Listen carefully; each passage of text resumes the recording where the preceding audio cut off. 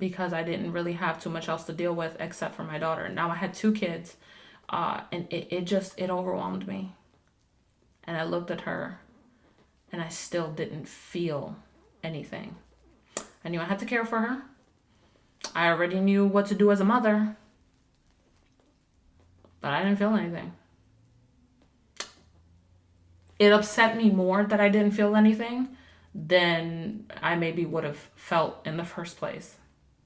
Like it was just more upsetting that I didn't feel anything as opposed to anything that I actually did feel for her. I cared for her. I liked seeing how Adriana reacted to her sister. For a very long time, I felt nothing. And so, in my experience, I was like, I cannot believe that this is happening again. And I was on autopilot. It actually didn't hit me. Like, I felt bad that I didn't feel anything, and it was very saddening to me. And my hormones were racing all over the place, and I did cry. But I didn't feel like myself. And I felt like I was watching all of this unfold from an out-of-body experience because for the life of me, I couldn't give a fuck that I just had this kid. And everybody is like fawning all over me, you know, as far as family goes, and asking me how I'm feeling. And at that time, I just wanted to feel like a person. I wanted to feel like a woman. I wanted to feel like somebody who didn't have kids. And there was never any point in time where I didn't care for my children, but I definitely let myself go. I let my household go. I let a lot of things just get to me. And it was overwhelming because being majority of the time single parenting wasn't something that I felt like I had signed up for. And just time was going by and things weren't getting fixed. And I'm a firm believer that women and men have children for different reasons. I feel like men have children because they want to leave a legacy behind. They want to extend a part of themselves out into this world. And I feel like women have children to establish a family and most times they do that because they're with a man that makes them want to do so. They want to help this man extend his legacy. And the man that I was with, things weren't kosher, things weren't good.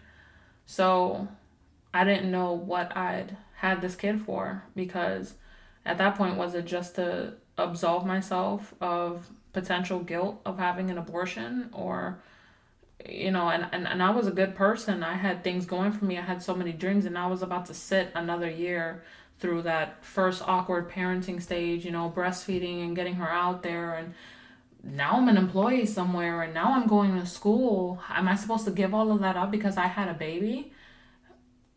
I just come off of being pregnant, and I didn't find it really fair that life had handed over the card that while we were in such an unstable place, he could go off and do whatever he wanted, and absolutely nobody was going to hold him accountable for it. But because I was pregnant with a child that, let's be honest, I didn't want and he didn't want, I still had to push back from all of that to respect myself and the child that I was carrying. Once again, life didn't really just seem fair. So with Jamila, my postpartum depression hit differently in a sense that I internalized it a lot more because now I had another child to depend on me. But I felt dead inside. And it wasn't until maybe, God, I know I definitely went through it a little bit longer with Jamila than I did with Adriana. Where, and maybe it was a little bit easier because when I went back to work and when I went back to school, Jamila, I supplemented with formula because at some point after I went back to work, like I said, I was the kind of mom who had trouble pumping. So I couldn't really get out enough milk for her, and I had to resort to supplementing with formula and breastfeeding her at home. So maybe it just because the pressure wasn't as on as it was with Adriana, that I didn't feel that level of despair. There's statistics that show that women who breastfeed are less likely to experience postpartum depression, but in my experience, it facilitated it because I was struggling and sacrificing my body to breastfeed a child. Well, not even just to breastfeed a child, to feed a child and to grow it externally outside of my body with fluids. And I didn't feel nothing. Every time she latched on, she would sit there and she would drink milk and she would look at me with these, big old brown eyes. And I was just like, why the hell do you even feel the need to do this? Why can't you just take a bottle? Why do you need me right now? Because now I have to sit down and my back is going to ache and I have to hold you and I don't want to do this right now. So I don't really know what the studies are on postpartum and breastfeeding, but I'll tell you right now, at no point did it help me. Were there times that I looked at my child and I was genuinely happy to see them happy, just suckling away and looking up at mommy and putting their little fingers in my mouth? Yes, but most of the time, I would say a large percentage of the time, I was extremely annoyed. And that is to go for all of my children, including my son, who I am still breastfeeding at 15 months. And God, is it a journey.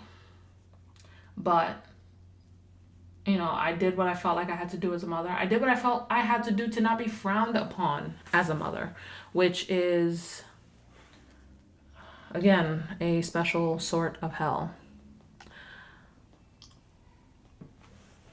I wish that I had somebody that I felt like I could be honest with.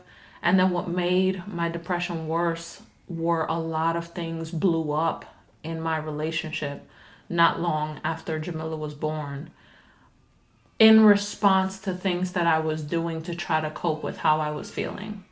And I felt largely misunderstood. There were a lot of things that came to light. There were a lot of things that I came to regret, including the fact that when I felt like I wasn't getting attention from their father and I felt like things were too ambiguous, I sought out that attention somewhere else. And now that I think about it, I regretted it. Not because I felt like I had some sort of obligation to him, but because it did end up hurting his feelings. And I can justify it however I want and say that it wasn't a big deal. It was a flirtationship or whatever it is that you want to call it. But I never should have done it, because I can only imagine how much it devastated him. I certainly don't feel good about it. It's something that I definitely feel like I could have lived without. It didn't serve its purpose, even in the slightest, because it just made me feel insecure about myself, and I knew that it wasn't something that I really wanted. The attention was something that I wanted. In particular with this person, absolutely not. And it was an attempt to quell the panic that I was feeling, that I was losing myself as a person after I'd given birth to my child. Because again, I just felt like it was unfair that I had to continue to put my life on hold for a situation and for someone that openly expressed they didn't want to be with me.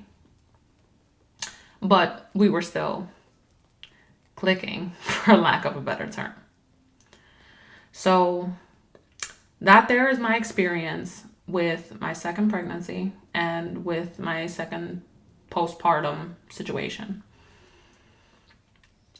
It took some time for me to get to a comfortable place where I was excited about. What really broke it for me was as Jamila got a little bit older, when she was interacting with her sister.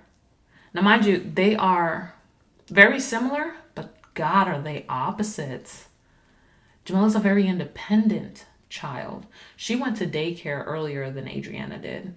So she was slightly clingier to me, and she had horrible separation anxiety. She was such a stubborn child. So stubborn. But seeing how they interacted with one another, it warmed my heart as a parent. And it was kind of like CPR shocks or like, clear, like, that kind. that brought me back to life and was like, these are my children and they came out of me and they are loved and I love them very much. And I love seeing how they interacted with one another, and that kind of brought me out of the fog that I was in.